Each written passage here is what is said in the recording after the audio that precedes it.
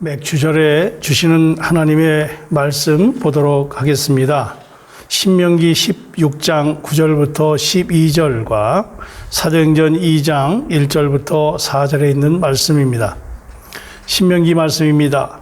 7주를 셀지니 곡식에 낫을 대는 첫날부터 7주를 세어 내 하나님 여호와 앞에 77절을 지키되 내 하나님 여호와께서 네게 복을 주신 대로 내 힘을 헤아려 자원하는 예물을 드리고 너와 네 자녀와 노비와 네 성중에 있는 레위인과 및 너희 중에 있는 객과 고아와 과부가 함께 네 하나님 여호와께서 자기의 이름을 두시려고 택하신 곳에서 네 하나님 여호와 앞에서 즐거워할지니라.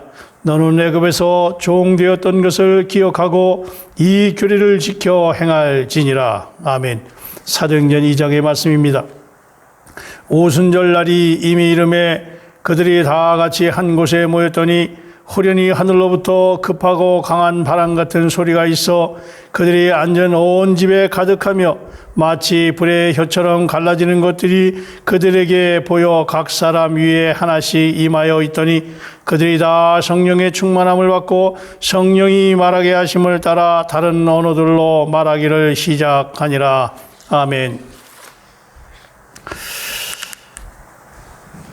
사도행전은 끝이 없고 오히려 오늘도 계속해서 쓰여지고 있습니다.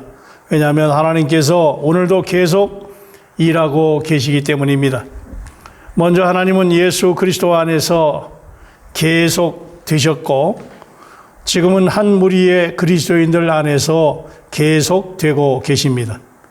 오늘날 여러분과 제 안에서 곧 그리스도의 몸인 교회를 통해서 하나님은 계속되고 계십니다. 요한복음과 사도행전에서 그 영의 두 번 오심을 보지요.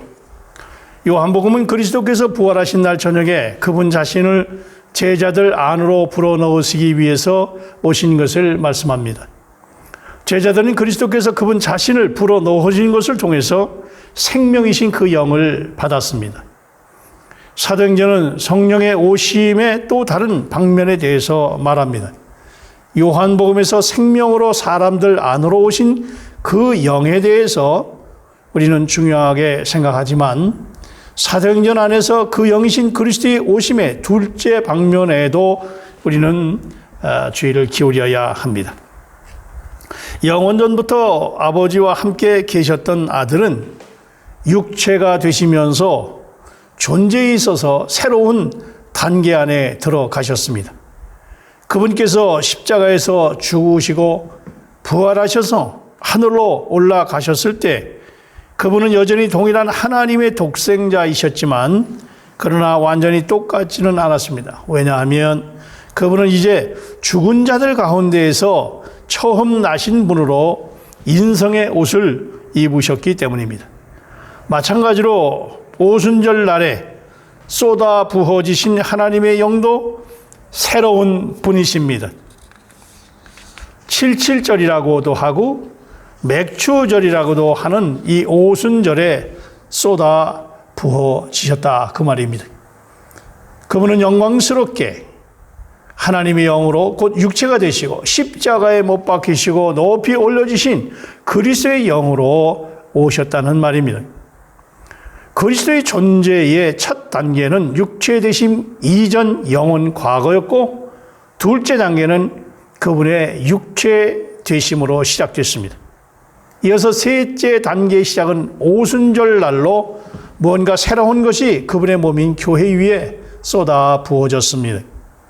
오늘날 77절이라고 하는 그리고 맥주절이라고 하는 이 날 그의 몸인 교회에 쏟아 부어졌다 그런 말입니다.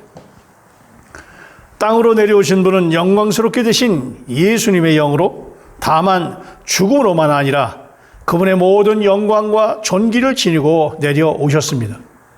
그 영께서 오신 것은 다만 우리의 능력을 위한 것만 아닙니다. 물론 우리는 능력을 갖게 됩니다. 이 능력은 우리가 방언을 하거나 예언을 하거나 하는 그런 능력이 아니라 그리스도의 몸을 이루는 능력입니다. 여러분, 오순절 이후에 공회라고 하는 말이 사라지고 교회라고 하는 말이 등장하고 있다고 하는 것을 성경을 통해서 볼 수 있습니다. 오늘 이 시간에는 공회와 교회에 대해서 언급하려고 하는 것은 아니기 때문에 넘어갑니다마는 오순절날 성령이 임함으로 말미암아 대제사장들과 당시에 종교의 기득권을 가지고 있었던 이 종교적인 무리들이 그 공회가 사라지고 이제는 예수 그리스도의 몸인 교회가 등장하기 시작한다, 그런 말입니다. 어느 기회에 공회와 교회에 대해서 말씀을 드리겠습니다. 그래서 이 능력이라고 하는 것은 그리스도께서 높이 올려 주신 것을 증거합니다. 그렇기 때문에 교회가 등장하고 예수 그리스도가 높이 들려지기 시작했다, 그런 말입니다. 요한복음 1장은 영원 과거와 영원 미래가 시간의 다리 위에서 연결되는 것을 계시합니다. 요한복음 1장에서 시간의 다리 위에서 하나님께서 성취하신 5가지 중요한 일들을 언급하는데, 첫째는 창조이고, 둘째는 육체되심이고, 셋째는 어린 양으로 상징된 구속이고, 넷째는 비둘기처럼 임하는 성령으로 상징되는 그분의 기름 바름입니다. 이것은 요한복음 20장 22절에는 부활하신 그리스도께서 숨을 불어 넣으시는 것과 사도행전 2장에서 승천하신 그리스도께서 성령 세례로서 내려온 것을 포함합니다. 5번째는 하나님의 일의 최종 완성인 이 건축입니다. 그것은 하늘에 속한 사닥다리로 상징되어집니다. 출애굽기에 모든 남자가 여호와 앞에 서야 되는데 3차례 특별한 명절이 기록되어 있습니다. 첫째는 유월절이고, 두 번째는 맥추절, 77절, 오순절이라고 하는 이 맥추절입니다. 이것은 사도행전 2장에 승천하신 그리스도께서 그 영으로 쏟아 부어지시고 그의 몸인 교회를 이루는 것을 그 정점으로 해서 하나님의 모든 일이 추수되는 것을 상징합니다. 셋째 명절은 장막절로 천년 왕국의 예표입니다. 이러므로 이 3가지 명절의 예표를 통해서, 그리고 하나님께서 시간이라는 다리 안에서 움직이심으로 말미암아 우리에게 주어지는 것은 바로 구속과 그리스도의 몸을 이루기 위한 성령의 쏟아 부어지심입니다. 성령의 부어짐의 주된 목적은 그리스도의 몸을 이루는 것이지요. 성령의 일에는 두 방면이 있습니다. 그것은 생명을 위한 본질적인 영과 능력과 권위를 위한 경륜적인 영입니다. 요한복음 20장에서 주님께서 제자들 안으로 숨을 불어 넣으신 것은 성령의 본질적인 방면으로 생명을 위한 것입니다. 사도행전 2장에서 성령의 일의 두 번째 방면은 이것은 그분의 경륜적인 움직임을 위한 것입니다. 누가는 누가복음과 사도행전 모두의 저자입니다. 그러므로 사도행전은 다름이 아니라 누가복음의 계속인 것입니다. 누가복음은 그리스도의 승천을 마치고 사도행전은 그리스도의 승천으로 시작하는데, 이것은 그리스도의 승천이 중요한 전환점이라고 하는 것을 보여주는 것입니다. 첫째 책인 누가복음은 승천으로 이끌고, 둘째 책인 사도행전은 승천을 기점으로 전개되는데, 성령의 쏟아 부어짐을 가져온 것은 바로 그리스도의 승천입니다. 그 영의 쏟아 부어짐은 성령의 일의 외적 방면으로 능력과 권위를 위한 것입니다. 이 능력은 이상한 종류의 능력이 아니고 보좌에 앉으신 그리스도를 보는 데서 오는 능력입니다. 본질적이라고 하는 이 말은 생존, 존재, 생존을 위한 생명을 가리키는 것이고, 경륜적이라는 말은 일이나 기능이나 능력을 말합니다. 출생을 통한 그리스도의 첫 번째 오심은 우리의 법적인 구속과 구원을 위한 것이었습니다. 오순절날 맥추절에 그리스도의 두 번째 오심은 그분의 경륜과 일과 증거를 위한 것입니다. 이 두 번째 오심은 다만 구원을 위한 것이 아니라 그분의 그 확장, 교회의 성장을 위한 것입니다. 그리스도인의 그 확장 말입니다. 그리스도는 다시 오셨고 이제 머리이신 그리스도와 몸인 교회가 한 세 사람이 되었습니다. 사람으로서의 그리스도는 성령의 이 두 방면을 체험하셨습니다. 그리스도는 그분의 존재와 생활을 위해서 본질적으로 성령에게서 태어나셨고 그분의 사역과 움직임을 위해서 경륜적으로 성령으로 기름 부음을 받으셨습니다. 본질적인 영은 그분 안에 계시고 경륜적인 영은 그분 위에 계셨습니다. 이것은 마태복음 1장과 누가복음 4장의 말씀입니다. 그리스도는 그 영으로 충만하게 적서지셨습니다. 내적으로 그분은 본질적으로 그 영으로 적서지셨고 외적으로는 그분은 경륜적으로 그 영으로 적셔지셨습니다. 성령은 그분 안에 계셨고 또한 그분 위에 계셨습니다. 원칙적으로 예수님의 경우와 마찬가지로 우리에게도 성령의 두 방면은 동일합니다. 그리스도 안에 모든 믿는 이들은 성령의 두 방면을 모두 체험해야 합니다. 우리는 본질적으로 성령에서 태어났고 경륜적으로는 성령으로 옷 입었습니다. 내적으로 우리는 생명을 위한 성령을 마셔야 하고 외적으로 우리는 능력과 권위를 위한 성령을 입어야 합니다. 요한복음 20장 22절에서 믿는 이들은 생명을 위해서 내적으로 성령을 받았지만 누가복음 24장 49절은 그들이 능력을 입을 것이라고 말하고 있습니다. 내적으로 우리는 생명을 위해서 성령의 숨을 우리 안으로 들이쉬는 것이 필요하고 외적으로 우리는 능력을 위해서 성령의 바람이 우리 위에 불어오는 것이 필요합니다.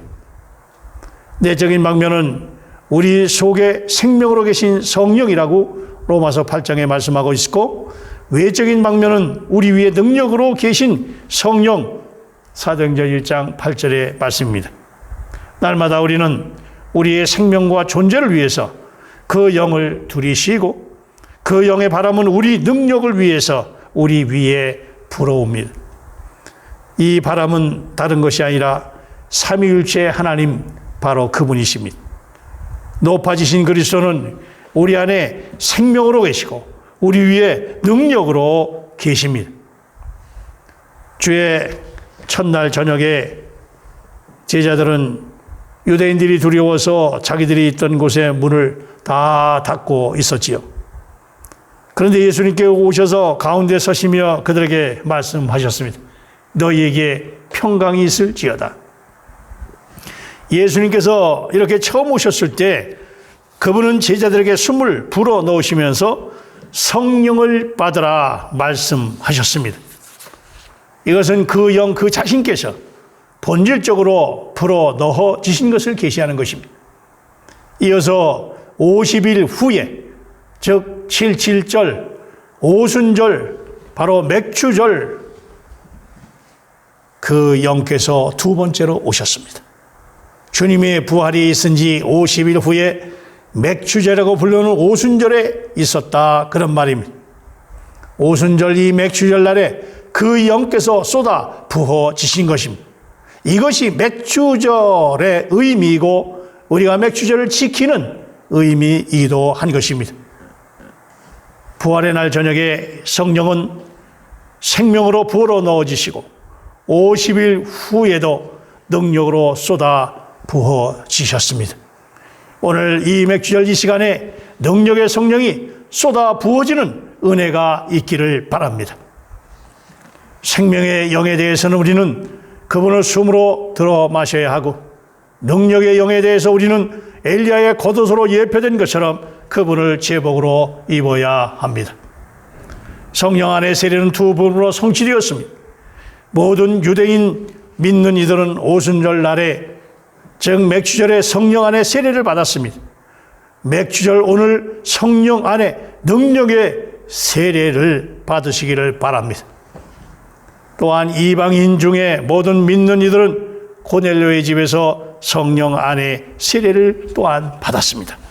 이 부분에서 그리스도 안에 모든 진정한 믿는 이들은 성령 안에서 그리스도의 몸 안으로 한 번만에 영원한 세례를 받았다고 고린도전서 12장 13절에 말씀하고 있습니다.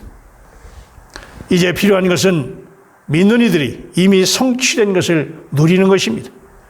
고린도전서 12장 13절에 다 한 성령으로 세례를 받아 한 몸이 되었고 다 한 성령을 마시게 하셨나이라 말씀합니다. 그러므로 우리는 이미 한 영 안에서 한 몸으로 한 몸 안으로 세례를 받은 것입니다. 이 구절은 우리가 장차 세례를 받을 것이라고 말하지 아니하고 우리가 이미 세례를 받았다고 말하고 있는 것입니다. 오순절날 이 맥주절에 고넬료의 집에서 우리 모두 그때 거기서 세례를 받은 것입니다. 모를 그리스도와 함께 세례를 받은 우리는 그의 죽으심과 합하여 세례를 받았다고 말합니다. 우리의 옛사람이 예수와 함께 십자가에 못 박혔다고 말합니다. 그리스도께서 십자가에 못 박혀 있었을 때 우리도 그리스도와 함께 십자가에 못 박힌 것처럼 우리는 모두 이미 성령 세례를 받았음을 믿으시기를 바랍니다. 왜냐하면 하나님께서 시간의 요소가 없기 때문입니다. 몸이 성령 안에서 세례를 받은 것은 성취된 사실이고 이 사실은 지금 몸에 존재하고 우리가 적용할 수 있도록 준비되어 있습니다. 이것은 하나의 사실이기 때문에 그것은 우리의 것이고 우리는 그것을 요구해야 합니다. 즉 활용해야 합니다. 우리는 우리 안에 성령의 첫 번째 방면인 본질적인 영을 가지고 있습니다. 이제 우리는 다만 두 번째 방면인 경륜의 영의 세례를 요구하기만 하면 됩니다. 활용하기만 하면 된다는 말입니다. 그러나 성령 안에서 세례를 체험하는 것은 값싸게 주어진 것이 아닙니다. 오직 우리가 몸에 대해 올바르고 믿음으로 그 영을 요구할 때에 주어진다는 말입니다. 너희 지체를 불의의 무기로 죄에게 내어주지 말고 나를 성결하고 그 후에 마음으로 요구한다는 말입니다. 또한 우리가 전도를 하든지 양육을 하든지 하나님의 경륜적인 움직임이 있을 때에 이 경륜적인 영을 요구할 권리와 위치를 갖게 되는 것입니다. 이러한 세례는 우리가 하나님으로 적셔지고 그분으로 충만하고 그분으로 옷 입도록 합니다. 결론적으로 말씀드립니다. 맥주 감사절 예배를 드리면서 오늘 성령의 두 번째 오심에 대해서 생각해 보았습니다. 맥주는 단지 그저 보리를 추수하게 주신 것에 대해서 감사를 드리는 그러한 절기가 아닙니다. 부활하신 날 주님은 첫 열매로 하나님께 보이시고 그날 저녁에 생명 주는 영으로 제자들 안에 들어오셨습니다. 그리고 40일 동안 제자들에게 영이신 주님의 임지 훈련을 시킨 후에 주님은 성도들이 보는 가운데 하늘로 승천하셨습니다. 승천하시고 열흘 후 맥주절이라고 하는 오순절에 주님은 성령으로 제자들 위에 쏟아 부어지셨습니다. 바로 성령에 쏟아 부어지심을 감사하며 드리는 예배가 바로 맥주 감사 예배인 것입니다. 정상적인 그리스도인은 안팎으로 이 성령이 채워진 사람입니다. 내적으로 생명이신 그 영으로 충만해지고 능력과 권위를 위해 외적으로 충만해지는 체험이 있기를 바랍니다. 그리고 그 영의 충만함과 외적 능력과 권위로 날마다 삶 속에서 이고 승리하는 저와 여러분이 되시기를 주의 이름으로 축원합니다. 사랑과 은혜가 충만하신 아버지 하나님 은혜를 감사합니다.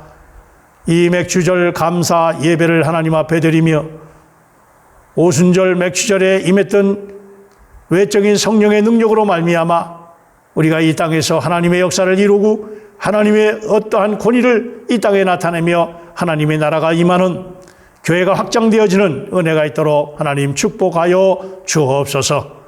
본질적인 영과 또한 외적으로 임하는 놀라운 능력에 바란스를 잘 맞추어서 이 땅에서 참 그리스도인으로 살아가기에 부족하지 아니하도록 하나님이여 함께하여 주옵소서. 예수님의 이름으로 기도합나이다. 아멘.